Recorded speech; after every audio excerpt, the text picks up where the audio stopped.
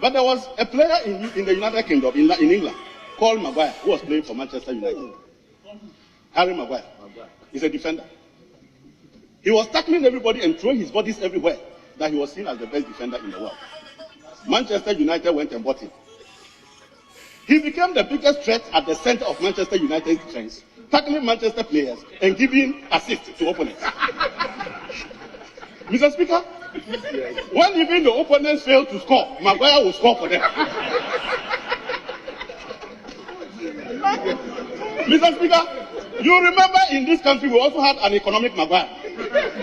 This economic Maguire went to Malata market and were clapping, saying that this man is the best in managing foreign currency.